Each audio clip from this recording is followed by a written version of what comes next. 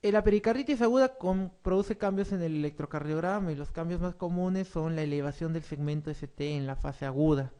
Se eleva el segmento ST en todas las derivadas excepto en ABR y en B1, donde se puede presentar depresión del segmento ST. También puede haber cambios del segmento PR, la depresión del segmento PR. La primera fase de pericarditis es de esta manera. La segunda fase, la LST vuelve a la base isoeléctrica, ¿no? Y la onda T se comienza a aplanar. La tercera fase se invierte la onda T sin formación de onda Q, que es lo que le diferencia del infarto. Y la cuarta fase, normalización del EKG con reversión gradual de las ondas T. Entonces vamos a ver que en la pericarditis aguda tenemos que diferenciarlo del infarto agudo de miocardio, ¿no? En que básicamente que la elevación del ST es difusa y de un segmento cóncavo. ¿Qué quiere decir esto? Es difusa porque se tiene que dar en todas las derivadas generalmente. El electrocardiograma de un infarto es en las derivadas donde irriga la arteria coronaria determinada. Por ejemplo, si es una circunfleja, va a ser derivada de cara lateral 1ABL, B5, B6. Si fuera una DA, va a ser B1, B2, B3, B4, básicamente, dependiendo del nivel de la DA que esté, ¿no? Si es un tronco coronaria izquierda, ya para ser más exagerados y diferenciarle una pericarditis aguda, lo que te da el tronco de la coronaria izquierda es supradesnivel de ABR, no te da infradesnivel del ABR como te da la pericarditis, ¿no? Muy bien. Este, el PR, ¿cómo se llama? A veces desciende, por eso a veces hay infradesnivel del PR que no se ve acá, pero que se veía acá, como cae el PR. Y en el infarto no se da lo que es lo que es ¿cómo se llama? El descenso del PR. Y la elevación es rara. Generalmente la elevación del segmento PR se da cuando hay infarto de auricular, que se relaciona a infarto de coronaria derecha. Pero tendría que ser del ostium de la coronaria derecha. Cambios evolutivos, cuatro fases, ya hemos dicho, la última fase donde se repolariza y vuelve todo normal. En cambio, en el infarto agudo de miocardio va evolucionando, se va amputando lo que es la onda R. ¿Qué quiere decir? Digamos que un infarto empieza de esta manera, tiene una onda R con un segmento ST elevado de esta manera. Entonces, mientras va evolucionando el infarto, se va amputando la onda R y va creciendo lo que es la onda Q. Se amputa totalmente la onda R, se queda la onda Q, el ST vuelve a la normalidad y la onda T se vuelve negativa, ¿no? Que va evolucionando el infarto de miocardio. En cambio, en la pericarditis no es así. En la pericarditis tiene que normalizarse el electrocardiograma. El dolor del infarto es un dolor típico de isquemia, ¿no? Opresivo, retroesternal, con irradiación y síntomas neurovegetativos. Pero en cambio el de la pericarditis sabemos que es un dolor tipo punzante con cambios posturales cuando se va adelante de la respiración. Fiebre hay en la pericarditis. Y en el infarto puede haber pericarditis. La pericarditis postinfarto se da después de la primera semana. Muy bien. Las alteraciones electrocardiográficas más comunes al inicio de la pericarditis aguda son presencia de onda Q patológica, descenso del segmento ST con ondas T negativas en mayor parte de derivaciones, descenso del segmento ST en todas las derivaciones, elevación del segmento ST con cavidad superior y ondas T positiva en mayor parte de las derivaciones, y la taquicardia ventricular, pues esta es sencilla. Es la D, ¿no? Muy bien. Entonces vemos que la pericarditis aguda, y acá hay otro ejemplo, produce elevación difusa del segmento ST en todas las derivadas. Generalmente en ABR y en 1, en vez de producir elevación, producen infradesnivel. Acá está plana en B1, pero en ABR se ve el infradesnivel. Y produce depresión del segmento PR, como vemos acá, que es la discreta depresión del segmento PR. Si no lo han visto, acá está. PR hacia abajo, no está plano. ¿Cuál de las siguientes pericarditis aguda no suele evolucionar a pericarditis constrictiva? Igual, si la más común es la pericarditis vírica, se supone que como es la más común, no debería evolucionar a una pericarditis constrictiva. La pericarditis constrictiva significa que el pericardio se inflama de tal manera que se acartona y atrapa el corazón y ya no tiene la función de bolsa que evita que haya una fricción elevada. Muy bien. Todas las demás, lo que es la tuberculosa, produce fibrina y engrosamiento pericárdico, sí. La neoplásica, de hecho. La radioterapia peor, si quema el pericardio. Y las enfermedades autoinmunes pueden evolucionar también a pericarditis constrictiva. El tratamiento inicial de elección en pericarditis tras infección de viral, ni sin signos ni síntomas de afectación hemodinámica, es toda la pericarditis viral, su tratamiento de soporte. Si hay taponamiento cardíaco, tienes que drenarlo. Si no hay taponamiento cardíaco y el paciente tiene dolor y efusión pericárdica, tienes que darle AINES. Puedes darle tanto aspirina, dosis elevadas, 500 cada de 500 cada 6 horas a 1 gramo cada 6 horas, como darle ibuprofeno de 400 cada 6 horas a 800 cada 6 horas. Son dosis elevadas de AINES. Entonces, si das AINES, tienes que darle un gastroprotector de todas maneras. Muy bien. Entonces, los antiinflamatorios no esteroideos es el tratamiento de elección si es que no hay compromiso hemodinámico, que significa taponamiento cardíaco.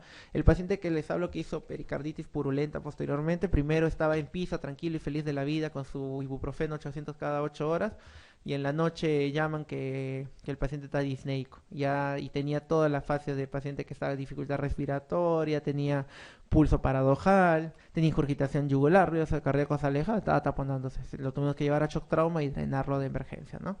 Entonces, si está tranquilo, dale su AINE. Si no está tranquilo y está hemodinámicamente inestable, tratar la inestabilidad hemodinámica.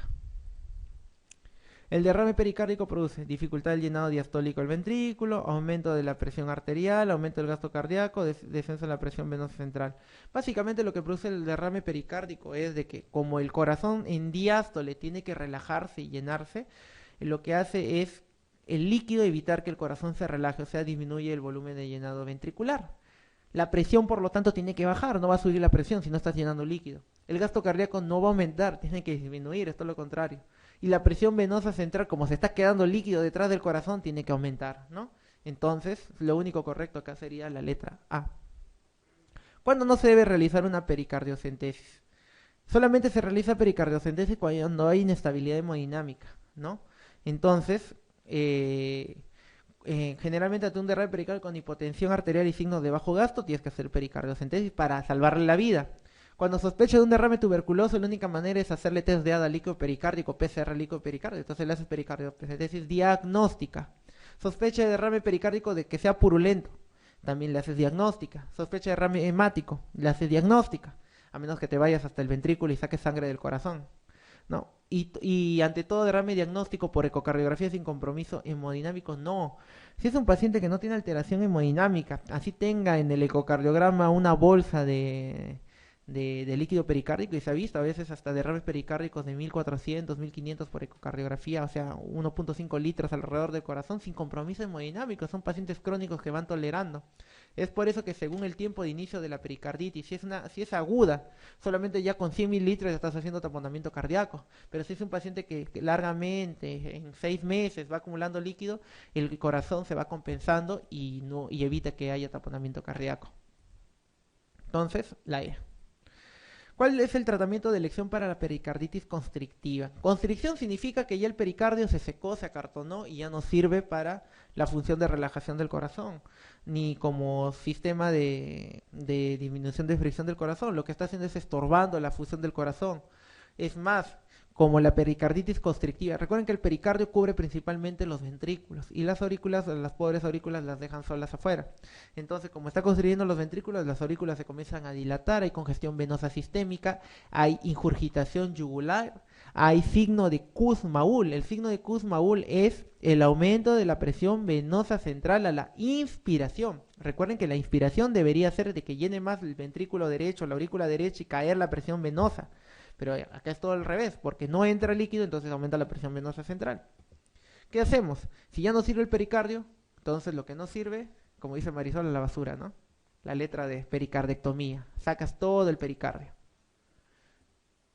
Entonces, acá vemos un paciente con lo que es una efusión pericárdica que produce un corazón en tienda de campaña o en botella de agua. ¿No? Como vemos, el corazón está acá adentro, si lo pueden evidenciar acá. A veces en la radiografía tienes que tener buen ojo para mirar esto, y el resto es, ¿cómo se llama? Líquido pericárdico, ¿no? Tú puedes sospechar en efusión pericárdica cuando de la noche a la mañana, y eso le digo a veces a los internos cuando voy a responder interconsulta. Doctores, ¿cómo va a tener cardiomegalia de la noche a la mañana su paciente? Me presentan una placa del día lunes con un corazón normal y una placa del día viernes con un corazón agrandado. ¿Qué ha hecho? ¿Falla cardíaca en 7 días?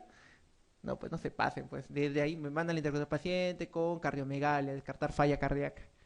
Y da ganas de tirarles interconsultas en la cara, ¿no? Pero se explica. Cuando hay cambio de tamaño del corazón rápidamente, la única manera que crezca un corazón en una semana no es porque el señor sea buena gente y le regale a todo el mundo caramelos o chocolates, sino es porque se está llenando de líquido el corazón y eso tienen que verlo. El cambio radiográfico en corto tiempo de la silueta cardíaca es indicativo de fusión pericárdica. La pericarditis constrictiva, entonces, al engrosarse el pericardio, lo que va a hacer es producir edema, tanto edema generalizado anasarca, como edema de pared a nivel, ¿cómo se llama? Torácica. Es por eso que los complejos los complejos electrocardiográficos van a ser de bajo voltaje.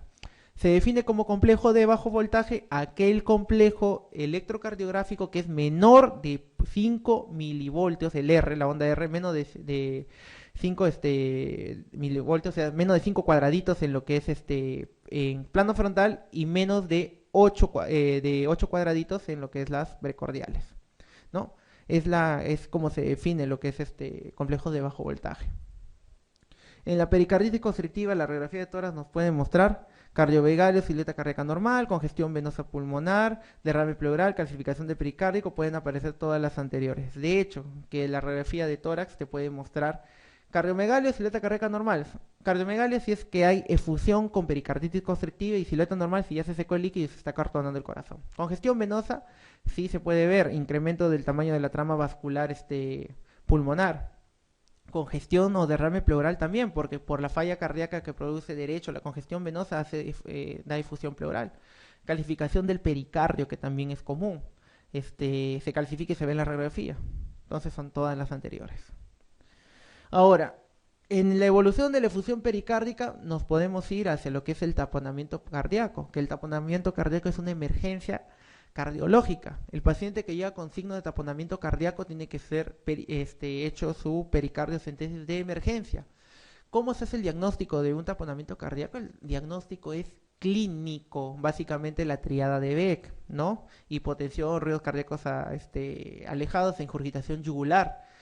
Tienes tú un paciente con sospecha clínica de taponamiento pericárdico, ¿qué tienes que hacer? Drenarlo. No tengo ecocardio, lamentablemente tienes que drenarlo a ciegas, porque tú sabes que se va a morir si no lo drenan. En algunos casos esperan desde las 7 de la mañana hasta que entramos de guardia de noche para que nos den la interconsulta para drenar al paciente, cuando ya el paciente ya está con las justas muriéndose, ¿no? Pero no, lo que uno tiene que hacer es drenar el paciente, por eso está en emergencia. El drenaje de punción pericárdica se puede hacer entrando de manera subsifoidea, generalmente formando un ángulo entre 15 a 30 grados con lo que es la horizontal de la caja torácica, debajo de lo que es el apéndice sifoides y dirigiéndose hacia lo que es la línea medio clavicular del hombro izquierdo. Entonces, sigues esa línea aspirando. Primero pasas lo que es la pared, el tejido celular subcutáneo, el músculo, los músculos y llegas al diafragma. Cuando tú clarito vas a sentir que el diafragma, cuando el paciente respira, te empuja. Entonces, atraviesas diafragma y lo siguiente es pericardio. Y sientes como si estuvieras tratando de entrar a hueso, pero no es hueso, es pericardio. El pericardio es duro. Tienes que entrar con fuerza. Al inicio da miedo. ¿Cuántas veces he hecho pericardiocentesis y con miedo? Pues esto es hueso, es otra cosa, un pulmón, ¿qué será? Entras, empujas y comienzas a salir líquido.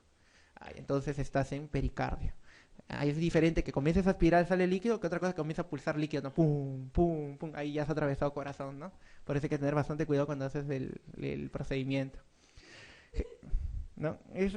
Son cosas que uno ve en la emergencia, pero se tiene que hacer sí o sí, ¿no? A ciegas he hecho una vez, las demás veces he hecho con mi guía, con mi ecógrafo al costado, porque a ciegas te da más miedo, no ves a dónde estás punzando, ¿no? Pero tienes que hacerlo, pues si no se va a morir el paciente. La vez que hice a ciegas fue la vez que el paciente terminó con pericarditis purulenta, o sea, cuando se infectó el catéter. No, fue de emergencia, pues ahí, me imagino que también habrá sido la técnica, pues, o sea, le hemos lavado rápido, hemos vestido al paciente, me he vestido al toque y a punzar nada más. Y por ahí a veces cuando no haces muy bien la sexia ingresas algún germen. Pero el paciente está vivo y eso es lo que importa. Muy bien, aumento de presión en cámaras cardíacas.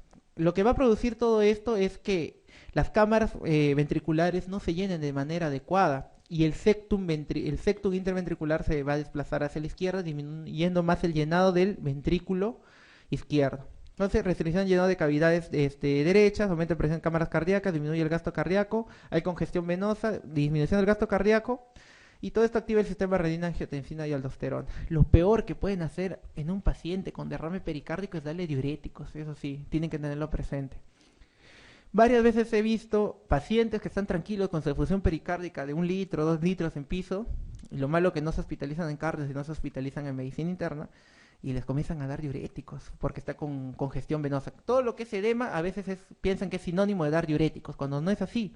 Le das diuréticos y disminuyes el volumen circulante. Cuando tú disminuyes el volumen circulante, haces que el corazón sea con más facilidad comprimido por la efusión pericárdica. Es más, cuando un paciente está edematizado y con efusión pericárdica, no tienes que restringirle líquidos, tienes que tomar sus líquidos normales, si no estás propenso a provocarle taponamiento cardíaco con bajo volumen de efusión pericárdica. Inclusive con derrames de 200 cc que han tolerado crónicamente y tú le das diurético, pueden taponarlo. Entonces diuréticos no se da. Primero le resuelves el problema de la pericarditis constrictiva, le sacas el pericardio y si quieres después le das diuréticos. Si no, terminas taponeando al paciente, que ese es otro dato importante, no diuréticos. O sea, normalmente las cámaras se llenan de esta manera. Entonces lo que hace el líquido pericárdico es empujar y evitar que las cámaras se llenen. El ventrículo derecho trata de llenarse y empuja el septum hacia el ventrículo izquierdo y el pobre sufre y se queda pequeño. Por lo tanto, disminuye el llenado. Y eso es lo que va a producir que durante la inspiración, al tratar de llenar más líquido el corazón derecho, se produzca lo que es más caída de la presión arterial, lo que se llama el pulso paradojal, una caída de más de 10 milímetros del pulso. ¿Cuál de las siguientes características hemodinámicas es característico del taponamiento cardíaco? Pulso arterial paradójico, dificultad de llenado del ventricular a lo largo de toda la diástole, un seno X profundo en el pulso venoso, hipotensión arterial y bajo gasto. Esto sí, todo es correcto. El seno profundo X venoso, yo te lo voy a dibujar acá porque recuerden que las ondas de llenado venoso son las siguientes. Tenemos la onda A, tenemos la onda C y tenemos la onda B, ¿no? Muy bien. Entonces, cuando nosotros se produce el ciclo cardíaco normal, y acá tenemos el valle X, ¿no? El valle X. Entonces, cuando se produce el llenado normal, recuerden que la onda A significa de que se llena básicamente por contracción auricular los ventrículos, ¿no? Se contrae la aurícula, aumenta la presión venosa central y se llenan los ventrículos y posteriormente cae. La onda C es que las válvulas AB empujan en contra de la aurícula, haciendo de que aumente la presión venosa, pero de manera en poca cantidad. Y justamente el valle X viene a ser todo lo que es el llenado pasivo de la aurícula mientras va llenando, Entonces, como tiene dificultad de llenado la aurícula en el taponamiento cardíaco, se está plana y larga, inclusive desaparece o se aplana la onda B. La onda B es el llenado ventricular pasivo. Entonces, como no hay un buen llenado ventricular pasivo, se va la onda B y queda la onda X larga, profunda, por ese motivo, ¿ya? Explicando lo que es el pulso venoso. Ante el hallazgo de un pulso paradójico en un paciente, concluiremos que presenta un taponamiento cardíaco y necesita cardiocentesis urgente, presenta un tromboembolismo pulmonar, el paciente presenta EPOC. Bueno, esta pregunta está de más, ¿no? La respuesta es, puede presentar diversa patología y conviene hacer un diagnóstico diferencial. ¿Qué significa eso? El pulso paradójico no solamente aparece en el taponamiento cardíaco, existe bastante patología que se cursan con pulso paradójico. Una de ellas es la pericarditis constrictiva. La pericarditis constrictiva puede producir pulso paradójico sin taponamiento. ¿Tú cómo diferencias un taponamiento cardíaco de una pericarditis constrictiva? Por el signo del Kussmaul.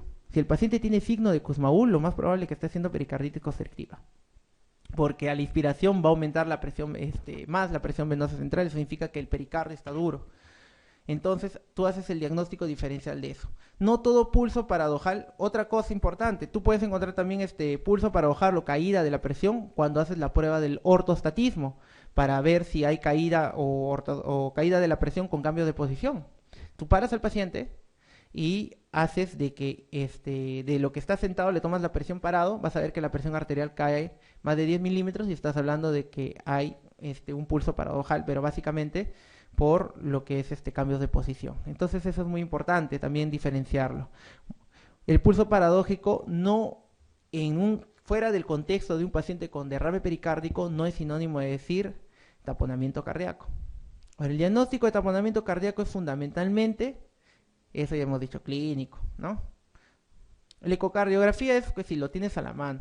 El electrocardiográfico no te llega a dar tiempo de tomar el electrocardiograma ni el ecocardio porque el paciente se está muriendo, ni radiográfico ni menos tomográfico. El tratamiento de elección en el taponamiento cardíaco es la pericardiocentesis, ¿no? Ese es el tratamiento de elección. Si le das diurético lo terminas matando. Si le das vasodilatores también.